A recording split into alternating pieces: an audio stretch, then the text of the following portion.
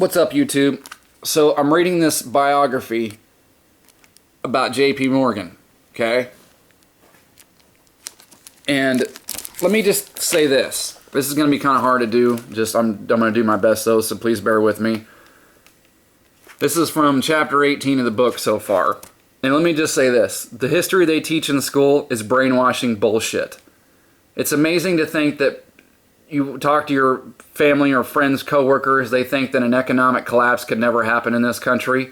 This country has been on the verge of economic collapse from, it's just unbelievable.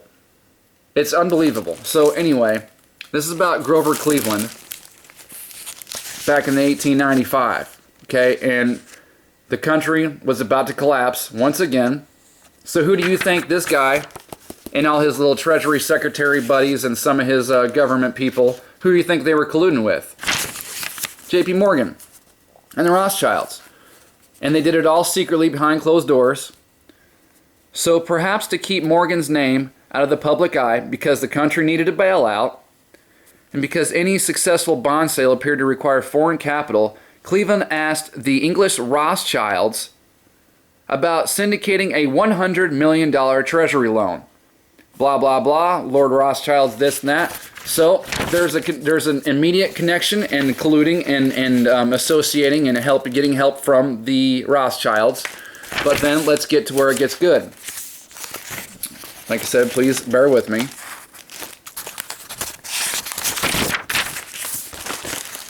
So shit was about to go down one day back in the 1890s. Morgan replied that there were outstanding drafts in the New York sub-treasury for $12 million against $9 million in gold. And these numbers are all in this, you gotta love it. Anyway, if the drafts were presented that day, the government could not pay. It would have to default on its debt, which we still hear about today, and destroy its credit. There was no time, this is great, there was no time for congressional approval or a public sale of bonds, he said. Something had to be done. So have you anything to suggest? Cleveland asked at last.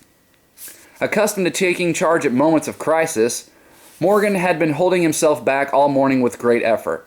Now he quickly sketched out a plan, a new public issue of bonds, which Congress probably would not authorize, could not in any case work since it would simply recycle domestic gold.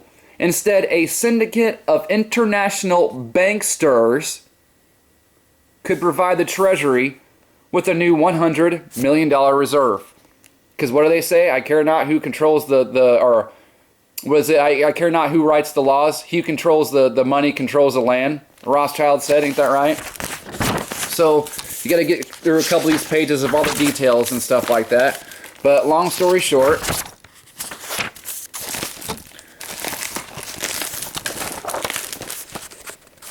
to the surprise of skeptics on both sides of the Atlantic, his strategy worked.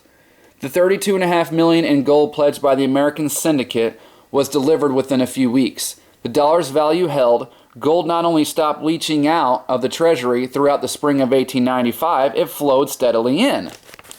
By the end of June, the Treasury reserve stood at $107.5 million, and as Morgan had hoped, the loan success brought European capital back into United States markets. And this is my favorite part. It also amplified public perceptions of his power. The New York Sun, the mainstream media, the New York Sun, attributed the restoration of foreign faith in America's credit entirely to Morgan. When he returned from his annual spring trip abroad that June, he not only had sold millions in U.S. securities through his own firms, reported the Sun, but had revived confidence in the wealth and resources of this country that has made a market for issues of securities of corporations with which he has no connection. So there you go. Mainstream media cheerleading these guys along. And this is a really fun quote. I like this a lot. I support Pierpont Morgan for president on a distinct gold monometallic platform, announced Henry Adams that June. Henry Adams' great-grandfather and grandfather were the two presidents of the United States. So no, he wasn't the president, but his great-grandfather and grandfather, Quincy and John, whatever, were the presidents, okay? So he is a direct descendant of those guys. And he went on to say, in a letter to his brother Brooks, As a man of sense, I am a gold bug and support a gold bug government and a gold bug society. As a man of the world, I like confusion, anarchy, and war. It's good stuff. So you can maybe say, well, that doesn't mean that his grandfather and great-grandfather, the presidents of the country back then, they didn't feel that way. I doubt it. I highly doubt this guy was rogue and was on a completely different wavelength of thinking than his great-grandfather and grandfather who were presidents of this country. These guys are all dirtbags, and with the same dirtbag bankster syndicate that have been bailing out this country, wheeling and dealing illegally secret deals forever. And you could say, well, you weren't there, you don't know that this stuff happened. Yeah, but I can look around and see the exact same stuff happening right now. You know, prove this is wrong then, for crying out loud. This stuff is pretty crazy, man. Morgan, American Financier. It's a freaking long thing, but it is cussing fascinating if you ask me.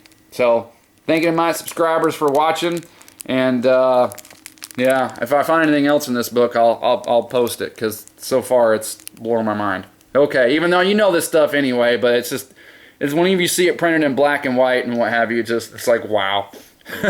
So, thank you again for my support, for my subscribers and their support. You know what I mean. Sorry. Bye.